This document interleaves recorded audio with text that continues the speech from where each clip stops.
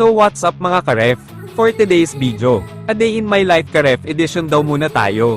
Dito kunwari tulog ako, pero kanina pa talaga ako gising. Nag-setup kasi ako ng camera. Nagising ako ng maaga dahil Sunday ngayon mga karef. Magpi-first mass ako. So pagtingin ko sa cellphone ko, nagulat ako. Paano yung gulat? Mali-late na pala talaga ako mga karef. So dali-dali na ako bumangon. Fast forward na natin mga karef at late na nga ako at nag-video pa ako. Naglalakad na ako dyan papuntang simbahan. Hindi na din nga ako dyan nakaligo. Actually hindi man talaga ako naliligo. At nandito na nga ako mga karef sa simbahan. Hindi na din ako magba-video sa loob at baka tayo mag-alitan ni Father. Fast forward again mga karef, nakauwi na ako galing simbahan, magbi-breakfast na muna ako mga karef bago ang lahat. For today's gala nga pala mga karef, pupunta kaming parola sa Barangay Sabang del Gallego, Camarines Sur, so hindi muna tayo magpo-falls for today's video. At dyan nga mga karef ay may dumaang taho, kaya for the content bibili ang bata. Kuya pakidamihan ng arnibal, wag mo nalagyan ng sago, baka maalala ko na naman ang kahapong nagdaan. Umiiyak ako ngayon. Syempre magpa-fast forward ulit tayo mga karef at pati a day in my life ay hinuhugutan ko. Nandito na kami sa Sabang mga karef after how many years. Hindi na ako nag-video habang papunta kami dito kasi nga nasasaktan ako. Nandito kami ngayon sa Fishport. Anong petsa na din kami nakapunta dito kasi nagluto pa ng dadalhin namin sa parola. Naggulay kami ay si Owa lang pala ang nagluto ng langka mga karef. Tapos nagdala na lang kami ng ihawing isda. Masarap kasi sa dagat ang isda at gulay mga karef. Ipas forward ulit natin mga karef. Diyan nga ay sasakay na kaming bangka. Excited ako magbangka kasi first time ko sumakay ng bangka mga karef. Actually may karanasan ako na hindi malilimutan sa bangka. Kasi muntik na ako dyan maging memories. Kwento muna ako mga karef habang nasa biyahe tayo. Lumaki kasi ako sa Maulawin sa Palaisdaan. Doon din ako nag-aral ng grade 1 hanggang grade 3. Tapos ako na si Syunga, pupuntahan ko sana si Papa sa kabilang ibayo, nagbangka ako kahit hindi ako marunong. O diba hindi ako marunong magbangka pero sa Palaisdaan lumaki. Tas akala ko mababaw yung sa gilid ng prensa kaya tumigil na ako para bumaba sana kaso pagbaba ko bumulusok ako. Eh hindi ako marunong lumangoy, buti nakakapit ako sa bangka. At buti may dumaan nung oras na yun kaya naligtas ako. Alam mo yung grabe yung takot ko kasi hindi ako marunong lumangoy. Actually hanggang ngayon. Yan din siguro ang dahilan kung bakit takot na akong magmahal. O anong connect? Syempre magpapas forward ulit tayo mga karef at ayan na naman ako sa pagmamahal na yan. So nandito na kami mga karef sa parola. Naghanap lang sila dyan ng cottage na pwepwestuhan namin tapos ako ay nag-upo-upo muna dyan saglit at baka nagchat ang baby ko. Pero wala pala ako signal dito. Tapos wala rin pala akong baby. Kaya nakigulo na lang ako dito sa mga nagkakabit ng duyan. Mamaya ay magkakabit din ako ng sarili kong duyan mga karef. Tapos kunwari matulong daw ako dyan sa pagpadikit ng apoy kasi mag-ihaw sila ng isda. After ko magkunwaring tumutulong mga karef ay magkakabit na din ako ng duyan. Dito na lang ako mapwesto.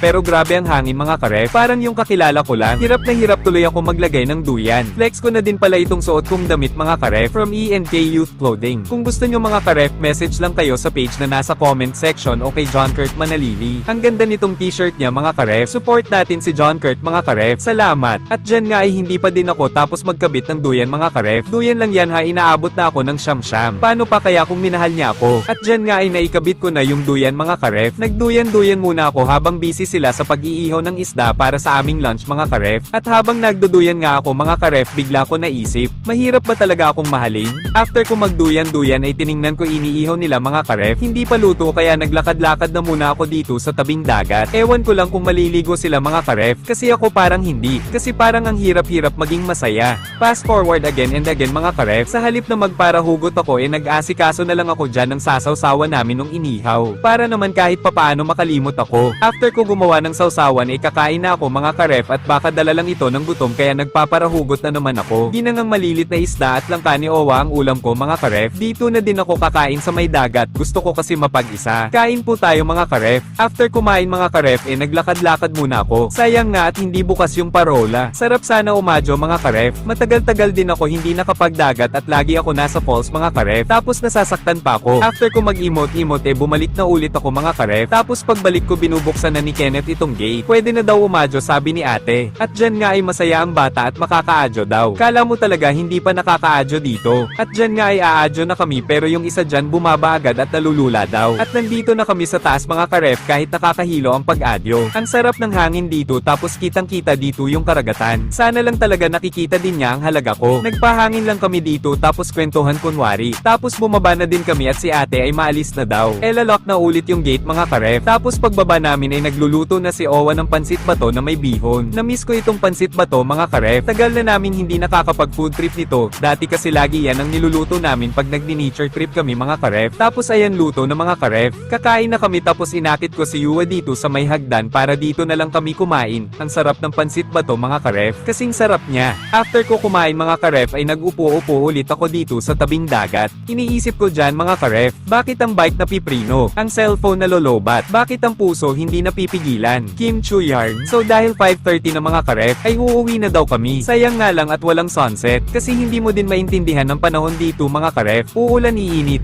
iinit uulan. Ano ba talaga ako sa'yo? Sa sitio Palawan kami pupunta mga karef at doon na kami sasakay pa fishport ng Sabang mga karef. Sandbar pala itong dinadaanan namin mga karef. Hindi lang kita kasi mataas na ang tubig. Hindi ko ulit alam mga karef kung paano tatapusin itong A Day in My Life Karef edition na ito kaya dating gawi ulit, bigla na lang mawawala.